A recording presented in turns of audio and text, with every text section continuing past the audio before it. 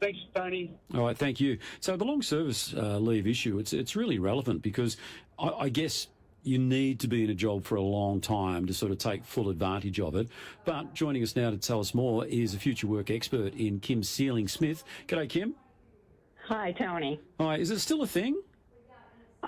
Well, it's becoming less of a thing because people are not staying at jobs as long as they used to. And, you know, you look at the Gen Zs that are coming in, not only do they not want to stay in jobs, they don't necessarily even want to have a job. They want to have a portfolio of jobs.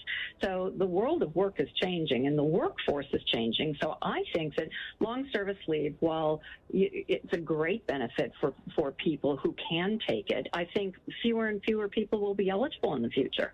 All right, so I'm detecting from the accent you might have some sort of an idea as to what happens overseas. Is it unique to Australia? I mean, is it common throughout the world? Oh, absolutely. Yes, as you can tell by my accent, I'm not from around these parts, although I've been here for 22 years. I just can't lose the annoying accent. But yeah, in the States, I mean, Americans barely take, which is one of the reasons that I left, barely take a holiday. You know, 2 weeks of annual leave is just unheard of. A lot of Americans will take long weekends, a series of long weekends, rather than a good period of time off. And I think that that's wrong because, you know, we are lucky enough to enjoy being able to take longer periods of time off, and it helps us. It helps us with our mental health. It helps us with our productivity. I think Americans really lose out. But yes, long service leave is very unique to Australia. Well, if it is sort of like phasing out because, you know, younger people are chopping and changing jobs, that would be music to the ears of employers, wouldn't it? Because the long service must just be an absolute pain for employers. Oh, yeah. Yeah, it's a huge liability. You've got to carry it on your books until it's taken. It's a huge liability.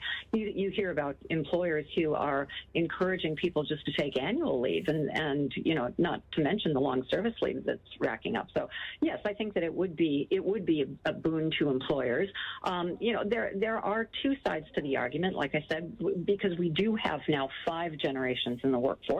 And the older generations do appreciate that. But, you know, if we could do something maybe around grandfathering it, because I just don't think that the generations coming into the workforce now and the one after, it's not going to be a thing. I mean, the thought of being in one job for a period of time is just so far beyond their expectations right now.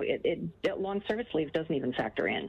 Okay, aside from long service leave, can I ask you about, you know, Amazon yesterday, Tabcorp today, saying, hey, listen, I want you all back in the office 5 days a week now.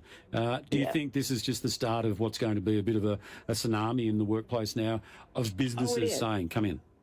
Yeah, it is. And the reason why it is because Australia, it's no secret, is facing economic headwinds, and managers are taking a knee-jerk reaction approach. It is very short-term thinking. Like I said before, the workforce has changed and will continue to change.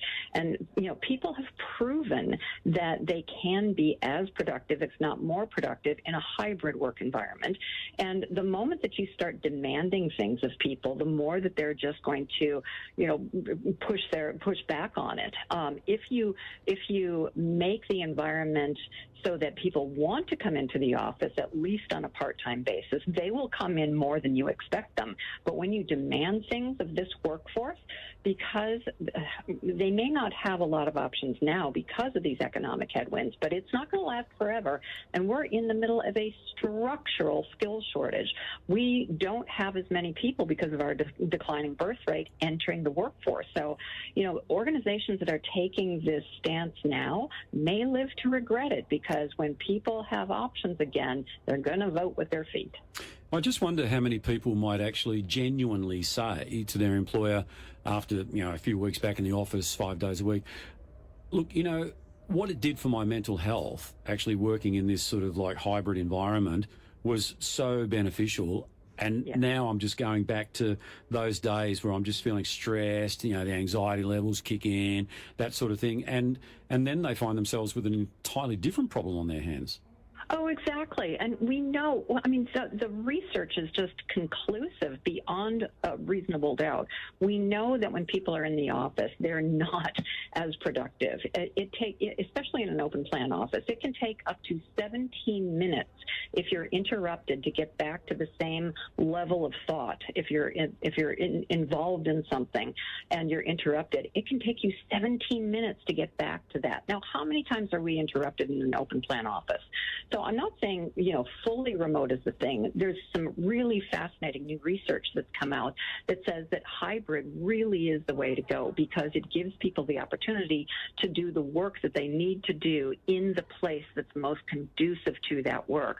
But this, bringing people back into the office, it's short-term thinking. And if managers can't figure out how to manage a remote or hybrid workforce, how are they going to deal with the upcoming AI revolution? Because starting in 2025, that is just going to accelerate, and it's really going to take creative thinking. And if we can't even get this right, I'm really kind of afraid for the organizations that can't think outside the square. Okay, well, that's a conversation for another day, that's for sure. And I've got to say, when you talk about interruptions, I'm normally the one doing the interrupting. So that's why I went suddenly quiet on that one.